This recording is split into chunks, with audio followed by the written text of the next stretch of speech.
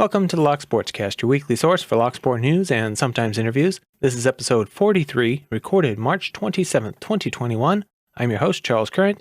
In today's episode, the security industry loses an icon, PacLock on Amazon in Canada, crazy locksmith stories, bicycle security, TOOOL board elections, a US source for Multipick products, combination cutaways, more YouTube videos to watch, a Devious decoder card, lockpicking criminals, sales, and giveaways.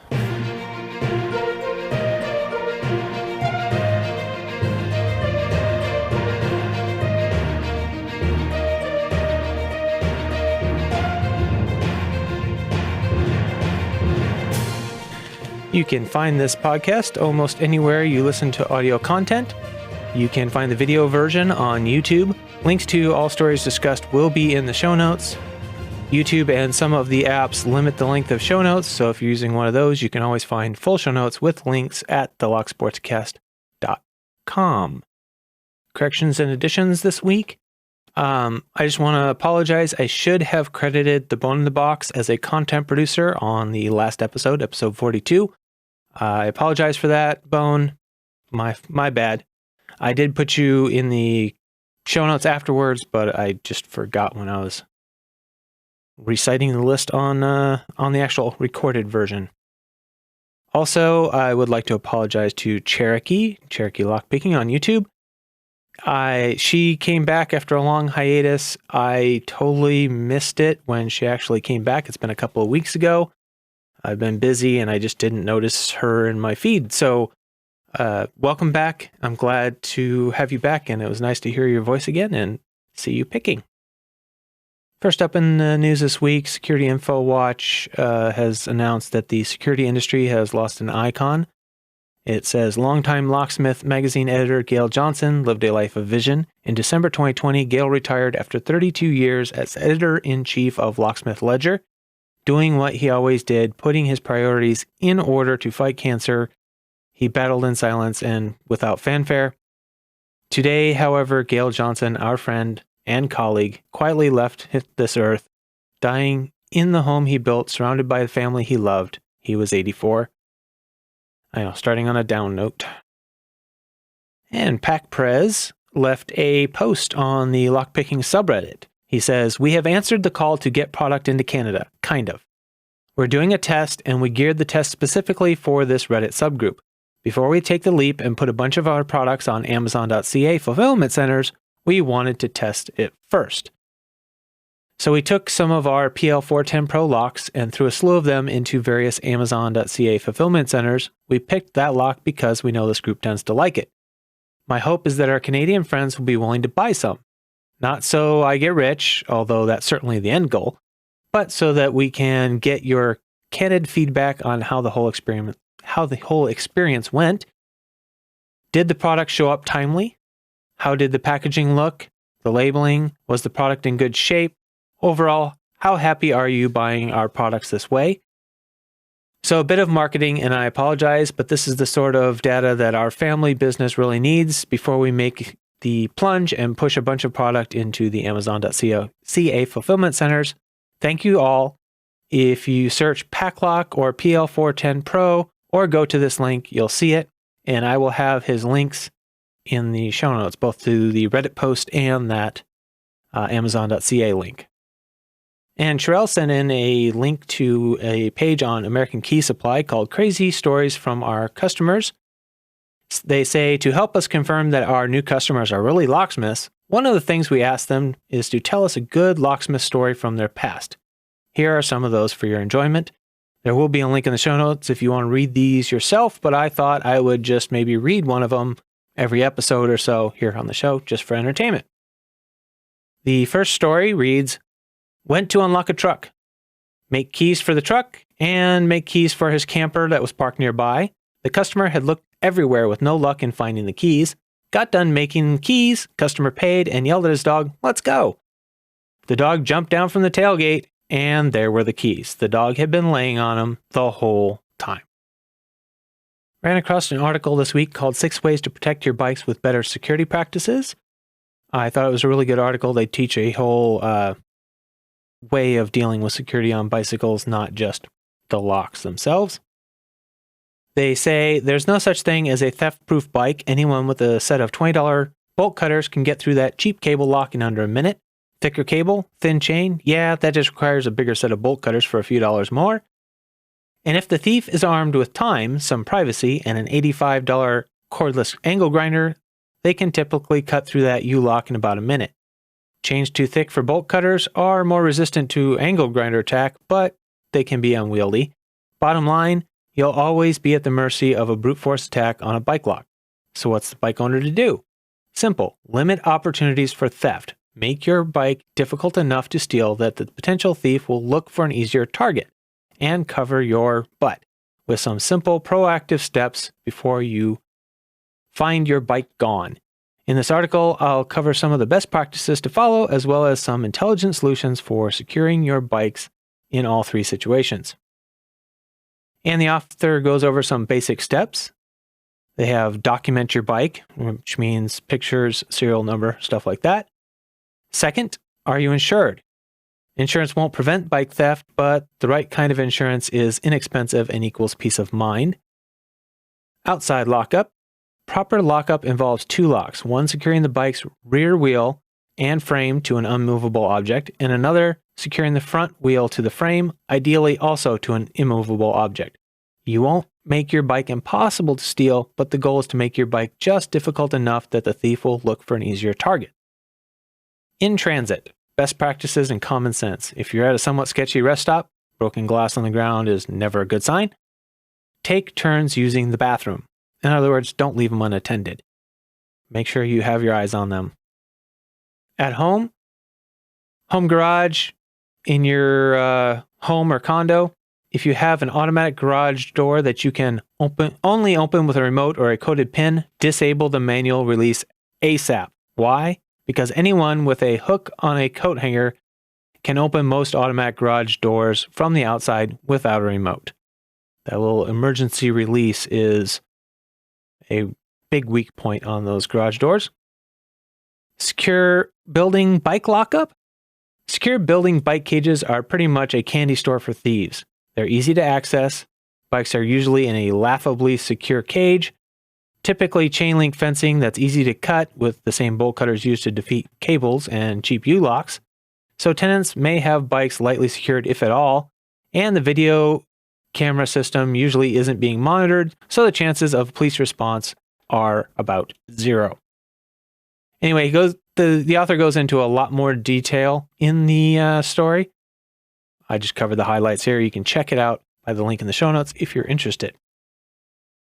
And starting off the community news here this week, we have TOOOL US Board elections for 2021. The voting will be open from April 2nd to April 23rd. So if you are a member of TOOOL US, be sure to check out the candidate videos that they are putting out this year and get your vote in. Michael Gilchrist wanted everybody to know that Diggs from Lockpickers United has started to carry Multipick products in the United States. He is growing the list of sets that he carries, but for now he has the Multipick Elite Super Set 37, as well as a pair of customized pick sets, which are great for entry as they don't contain anything superfluous. The SPP Core Set and the SPP Elite Set, which is same as the Core but contains 3 slim picks, and they have custom pouches. The site is called Digby Lock and Tool LLC. There'll be a link in the show notes. He also sells on that site his custom machined metal pinning trays that you may have seen in some videos, including Michael Gilchrist's. He has pick pouches by Mo, I don't know how to say your name, Mo K Dtex, whatever. I don't know how to pronounce names without enough vowels. He also provides custom services, including custom lock picks making and custom cutaways.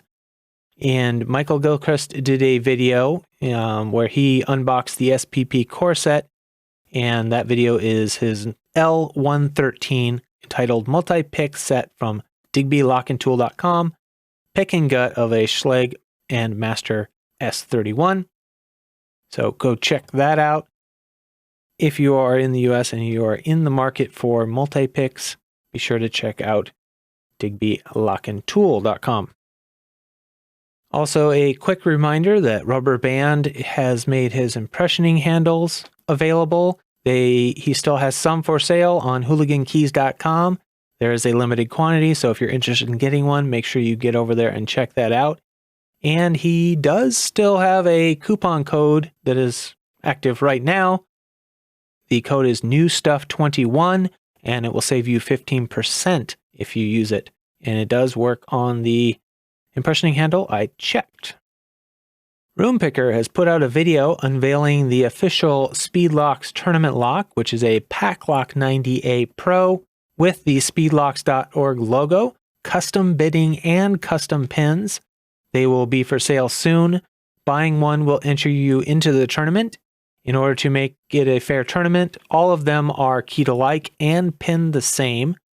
As far as the tournament goes, I have been informed that the general Speedlocks.org rules will be in place, and the contest will end at the beginning of next year.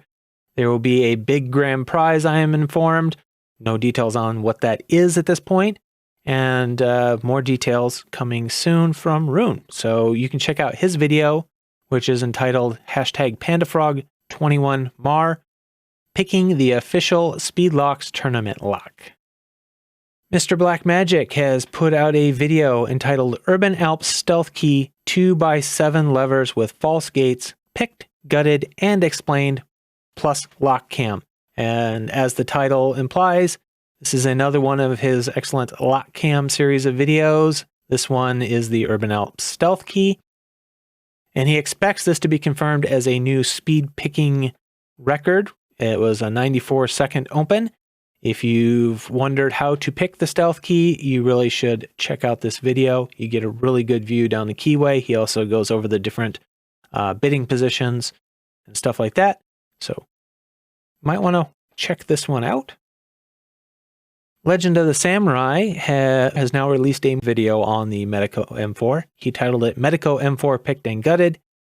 And the description reads, picking and gutting a Medeco M4. This one has 6 main pin stacks that require being lifted to shear and rotated to engage with the sidebar, 5 of which use ASA-style barrel drivers with matched countermilling, and there are additionally 4 false gated sliders that control the motion of the sidebar, one of which is operated by an interactive element on the key.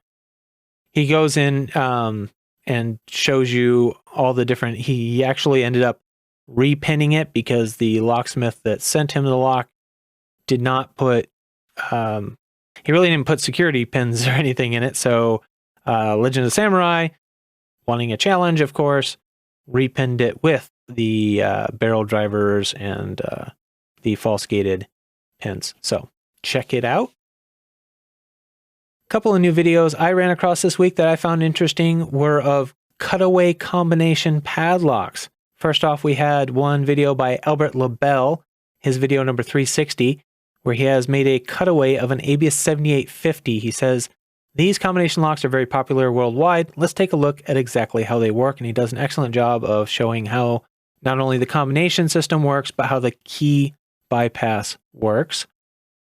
Then we also have a video by PHpicker, his video 24, where he starts a multi-part series of making a cutaway version of the S&G 8088. This first video is the initial open. He says, discover the filth and decode the combination.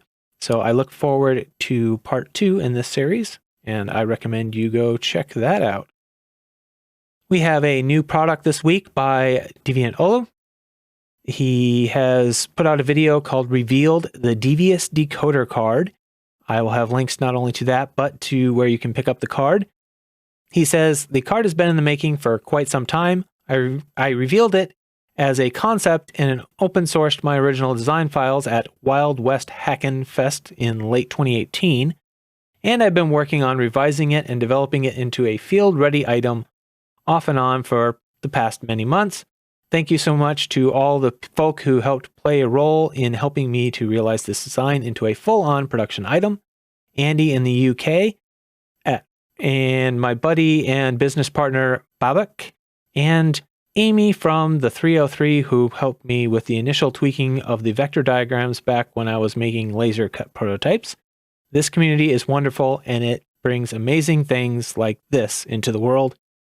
And yeah, so I will have links to that video and the card itself in the show notes. In karate belts this week, Goose Lies and Anxious Picker earned their purple belts. Poop Weapon earned the brown belt.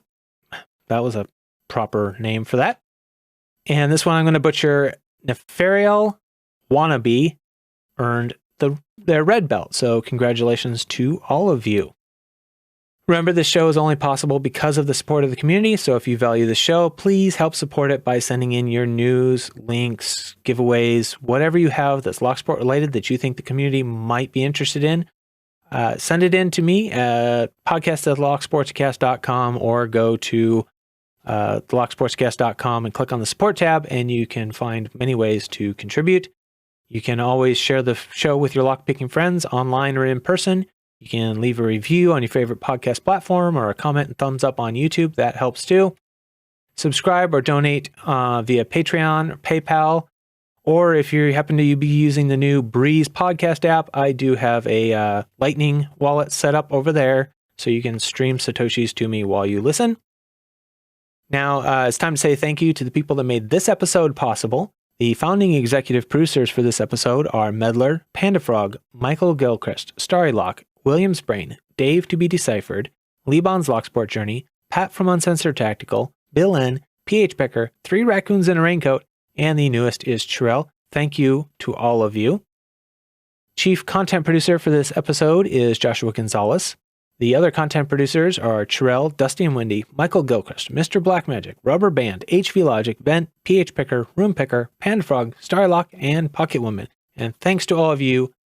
This show is not possible without the support of the community, so I really appreciate it. Every little bit of information that you send me is less digging that I have to do, and it allows me to keep this show going even on my busy weeks, and I appreciate it. Quick reminder, podcast moved to the new hosting service, but if you're hearing this, you probably are on the correct feed. So congratulations, you should keep working. State of the podcast, nothing too much is changing other than that. This will be the last few days of the founding executive producer tier on Patreon. It will be replaced with a different $5 tier here at the end of the month. In lockpicking criminal news, we'll start off in Spain, where a locksmith was fined for breaking locks in order to get business. The court issued a fine for damage he caused to locks on the doors of different residential areas, both in private houses and business. He would leave advertising for his company in the area in order to get work repairing the locks. He's also been sentenced to pay 2,834 euros back to the residential communities for the damage he caused. The events took place in the second half of 2018 to the beginning of 2019, when the man who ran a 24-hour locksmith business stuck items in the locks, such as toothpicks and silicone, which then had to be repaired or replaced. A man who usually works as a locksmith in the residential communities became suspicious and installed CCTV surveillance camera, which revealed who was causing the damage. Complaints were filed by the residents and businesses with the national police. The trial was not held as the defendant admitted to the charges and was sentenced. The judge, following an agreement between the public prosecutor and the defense, and the defendant will be allowed to pay off the compensation in monthly installments of 100 euros. Moving on to the UK, we have a story titled "Thieves in Breckland Use Specialist Equipment to Steal Cars." This going on to my some of the problems with electronic locks. It says tech-savvy thieves are using specialized equipment to trick electronic keys into opening doors. 4 cars have been stolen in separate incidents in the Breckland area, where it is believed that thieves have gained access using a remote device. There has been a gray Ford Focus stolen, a blue Ford Fiesta, a second blue Ford Fiesta, and in a similar 4th incident, a gray Mini Clubman. The Police said, "We are urging car owners to be vigilant as we believe these vehicles were stolen using a remote device and may be linked." They also say, when the correct key fob is close by, the fob recognizes the signal and transmits its own code, instructing the vehicle to unlock the doors and allow the ignition to work on the car. Thieves use wireless transmitters to capture its radio transmission. This is relayed to another device. It allows the thief to open and start the car in the same way. To prevent this from happening, use car key signal blocker cases or sleeves. They cost less than £10 or an aluminum tin at home. Find a safe place for your keys at home and check to ensure they are out of range.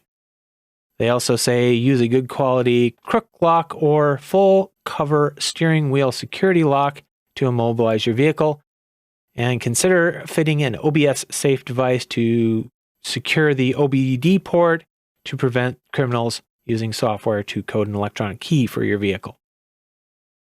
And out of Buffalo, 2 Northern Ohio residents are facing felony drug charges after the loud exhaust on the vehicle they occupied drew the attention of a county sheriff deputy Saturday afternoon.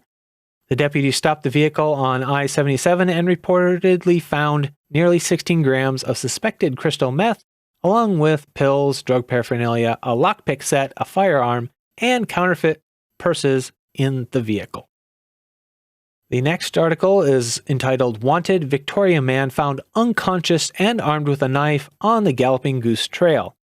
A wanted man was arrested this week after he was found armed and unconscious on the Galloping Goose Regional Trail near the intersection of Bay Street and Ty Road. Leonard Michael LaCroix was wanted on multiple warrants based on Vic PD investigations. On the morning of March 17th, officer arrived on the scene and discovered LaCroix unconscious and holding a knife. They disarmed the man, roused him, to which the man woke up and gave the officer a false name. He attempted to flee but was arrested due to the nature of the report and transported to the hospital. He was not injured during the arrest, it says. The investigation continued, and the officer discovered that the man had another person's ID, bank cards, as well as stolen property and lockpicks. He was released from the hospital, transported back to the jail, and fingerprinted, and that's when his identity was confirmed. He was previously wanted on 5 warrants for 17 different charges, including fraud, possession of controlled substance, possession of other people's identification documents, theft of over $5,000, theft of vehicle, possession of stolen property over $5,000, possession of stolen property under $5,000, failure to comply with conditions, and breach of court-ordered conditions. Now facing 6 new charges related to obstruction, possession of stolen property, possession of break-in tools, and breaching of court-ordered conditions. He faces approximately 20 total charges, and he is currently in custody and being held until his next court appearance. For sales this week, lockpickworld.com, 15% off every single thing, it says. Use the code LOVELY, and the offer ends March 30th at midnight. So if you're checking out this podcast late, you've missed it. But if you get the podcast when it comes out and listen to it right away, you should still have time to take advantage of this sale. Also, as we mentioned earlier, hooligankeys.com, code NEWSTUFF21 for 15% off. 3dlocksport.com. I didn't check this, but 10% off with the code PacLock10 and 15% off with the code BuyMako at Mako Locks. Also, check out the Mako Locks Black Friday specials link in the show notes. uklockpickers.co.uk, 10% off with the code GIFT. Giveaways. HVLogic has his 250 sub giveaway. It's a socially distant picking. Win a bunch of locks, global shipping included. The rules: pick a lock from over 1 meter away. Must be a real lock, no acrylic, and at least 4 pins, discs, or whatevers. You don't have to gut. Non-destructive only. The lock must still function afterwards. You get 1 entry for getting the lock open from a distance. Bonus entry for doing something impressive. Second bonus entry for the most impressive entry. Use the hashtag HVLogic 250 in the title. You must be a subscriber, and entries close April 12th. Michael Gilchrist has his hashtag Norland 400 giveaway still running until the end of March, so you still have a few days to get into that if you haven't already. Same with Tallanpick's 50,000 sub giveaway. You still got a couple of days left if you're listening to this podcast on time. PHpicker, he is still doing his hashtag PH100 and hashtag PHNewPicker giveaways. Both of those end at the end of the month, so be sure to get over there and check those out. Keep an eye on RoonPicker's channel for his giveaways of the challenge locks he picks on Saturdays. He gives them away the next Saturday, so be sure to check those out. Panda-Frog is still running his monthly giveaways for his challenge coins and some extra bonus locks. Be sure to check those out. And if you don't have a YouTube channel, be sure to check out next month, April, because that's one of the months he gives away an extra to a non-video entry. CLK Supplies does a giveaway every week. They're hashtag LockBoss free giveaways, so check those out if you're into giveaways. And as always, Pocket Woman, Starrylock are doing the hashtag Shoutout Monday series. It's Starrylock series. Pocket Woman also helps him with this setup, so they do a shoutout video every week for a channel with less than 100 subscribers. They try to incentivize you to go over and check out those channels and leave a comment by doing a drawing for a 20-pound Law Lock Tools gift certificate. If you want to know the full rules, be sure to check out any of their hashtag Shoutout Monday series videos. I recommend you watch them all, because if you're wanting to win, you need to watch them all and comment on all of the featured videos. That's my little tip to you. The Lock Sportscast. I'm doing my PacLock a month giveaway still. This is the last episode that will have entries for the month of March. So sometime here in the next week or so, I hope to be doing the giveaway for that PacLock. All of the others have been sent out.